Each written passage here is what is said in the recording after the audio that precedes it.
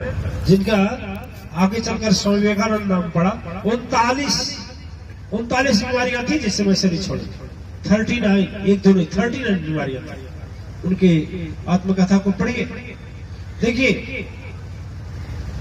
तुलसीदास जी महाराज को इतना भयंकर बीमारी की 16 महीना बुखार से भयंकर तड़ते रहे। समझते जाइए। कबीर जैसा ब्रह्म ज्ञानी का हाथ पांव कटने के बाद एक अंगुली कटती है, कितना पीड़ा होता है। हाथ का पांव कट गया, छटपटा रहे। भगवान राम को, भगवान कृष्ण को देखिए, इस धारा का मतलब हुआ इस धरती पर जो आता है वह दुख से वंचित रहे।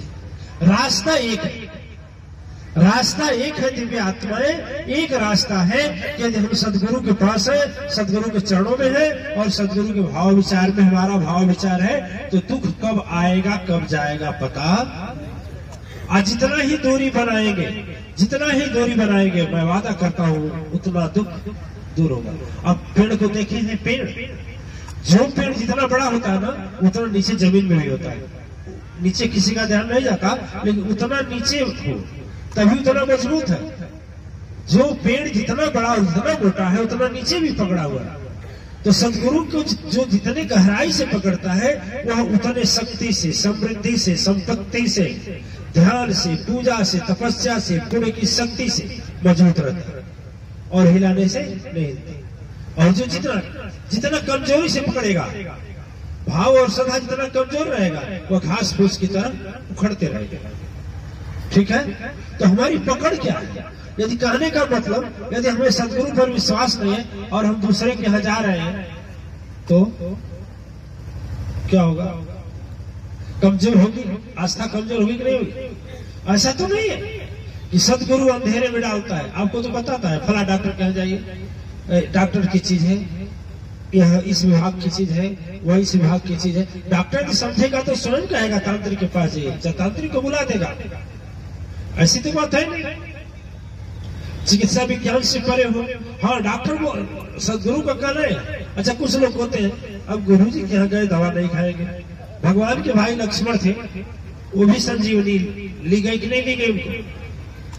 भगवान राम जब रावण से लड़कर आते थे, आप लोग रामानंद सागर का धारावाहिक देखेंगे, तो उसमें भगवान राम जब धराशायी होते हैं तो उनके जामवंत, सुग्रीव आदि मिल करके उनके शरीर पर औषधि लगाते थे। तो उनकी क्या जरूरत थी? दिव्यात्माएं ऐसी भूल है जो हमें बहुत खतरनाक साबित करती है। ऐसी भूल हमें कभी नहीं करना चाहिए। हाँ, सदगुरु पा गए तो क्या खाना नहीं खाओगे? आगे थाली रख लोगे, कहोगे खाना नहीं खाएंगे? सदगुरु बना लिए तो कपड़ा भिगो करके बाल्टी में छोड़ देंगे, बोलोगे साफ नहीं करेंगे? सदगुरु की मन तो साफ करेगा। बोलिए, सदगुरु पा गए तो गाड़ी नहीं चलाएंगे, गाड़ी बैठ जाएंगे गाड़ी पर, बोले हाँ सदगुरु की शक्ति हो तो गाड़ी चले। होता ऐसा होना चाहिए, हो रहा है।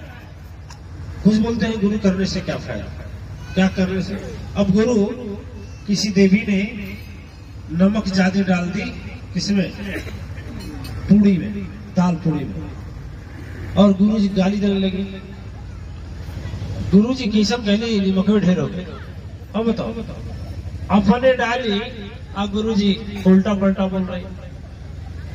अरे भाई, अनुभव है, हमसे कभी ज्यादा पड़ जाता है, कभी कम पड़ जाता है कि नहीं? एक बात पता नहीं आपको बताए नहीं बताए, इसी क्षेत्र की घटना है, देवरिया जिले की। वो देवी जी जाती थी घर पर सत्संग में, तो एक बार प्रसंग चल रहा था कि भाई शराबियों पर प्रसंग चला, तो उसमें आया कि एक देवी है कि बेलना और कुंचा से मार मार करके अपने पति का शराब छोड़ा दिया। सही बात है। तो एक बुढ़िया बेचारी थी, वो भी सोच रही थी कि बताओ हम क्या बेकार है, कहा हम बेकार है कि अपने बुढ़वा का सुरती नहीं छोड़ा पाई। ठीक, हाँ, बुढ़वा की सुरती। अब 9 दिन जब बीता, जब घर में आए तो उसके दिमाग में 9 दिन में खाली एक ही बात घर कर रहा था कि वो बेलना से मारी है, ऊंचा से मारी है, तो हम भी किसी तरह से छुड़ाओ। अब बुढ़िया सब जाने लगी घर आकर कि दांत मत खाई, दांत टूट जाएगा। सुरती मत खाइए, जहाँ तहाँ थूकते हैं, ये ठीक है सुरती खाना?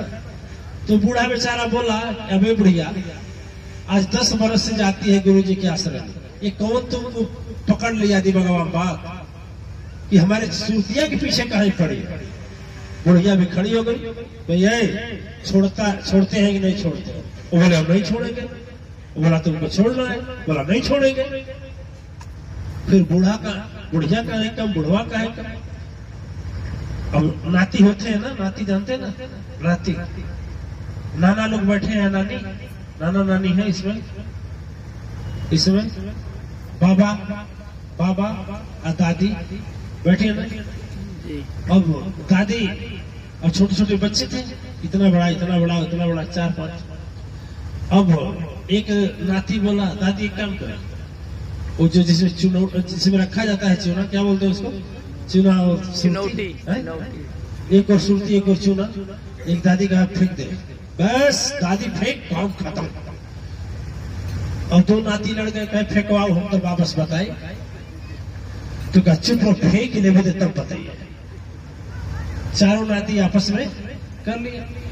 अब बुढ़िया के दिमाग में बात आ गई, चल बुढ़वा नहीं मानेगा तो वह चुनौती फेंक दी,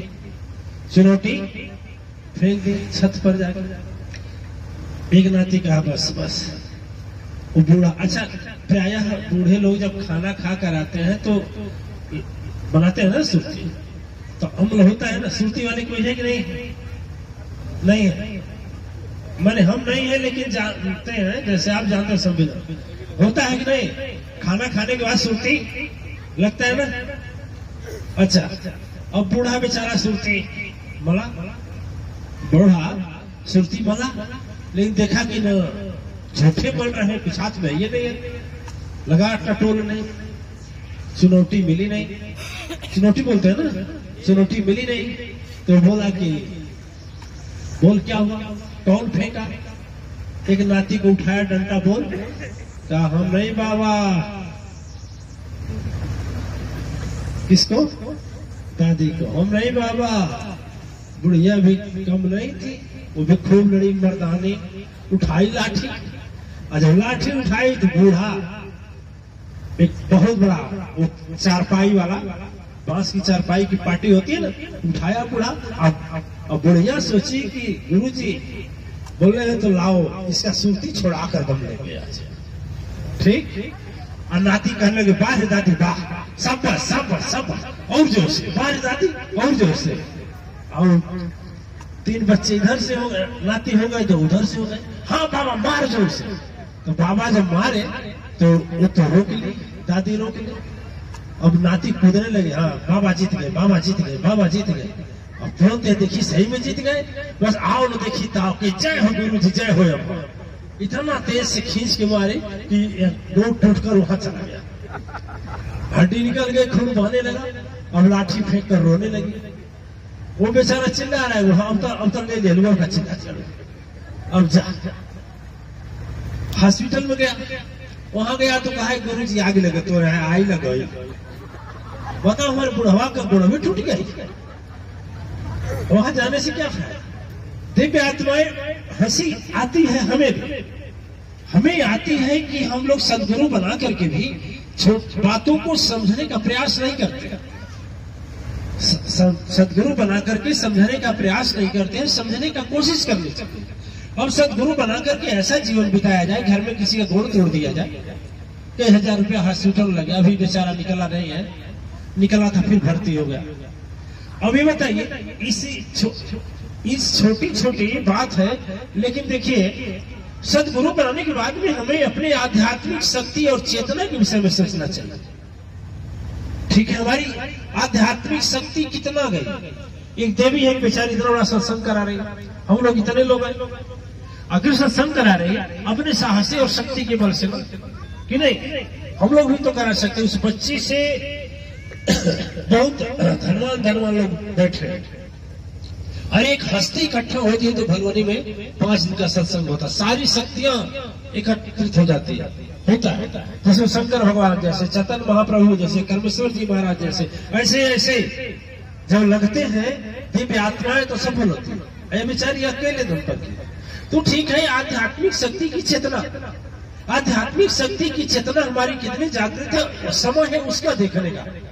दिव्य आत्माएं अंगुली पर गिरने का नहीं कि मैं कई दिन 28 गई, कई दिन नवरात्र में गई, कई बार गुरुज का प्रणाम की, कई बार भजन की, इसका बात नहीं है। बात है कि हमारे अंदर कितना आध्यात्मिक शक्ति आई, माने हमारे अंदर सुधार कितना हुआ, हमारे वजह से घर में कितना शांति है, हमारे वजह से परिवार में कितना शांति है, हमारे वजह से घर के अगल बगल लोग कितने खुश हैं। बात ही है। एक देवी गई, उनका भूत खत्म हो गया, घर गई तो भूत का बहाना करके अपने पति को मारती थी। ठीक है, नरहरपुर घटना, नरहरपुर जानते होंगे। वो देवी जी एक बड़ा खुश हो गए कि चल हमारे पत्नी का तो भूत गया, पत्नी का भूत गया। अब कुछ दिन किसी बात में कहा सुनी हुई, अब देवी आओ देखिए ताओ पहले की जैसे पकड़ी बाल अपने आदमी का, घसीटते आंगन में आई, लगी मारने। बोली कौन है? कहते भाई नहीं जानवे कौन है, मैं 2-4 और खा लेता। वो भागा, किसी तरह से भागा, जान बचाकर हमारे पास गया, कहा गुरुजी कौन भूत चढ़ गया।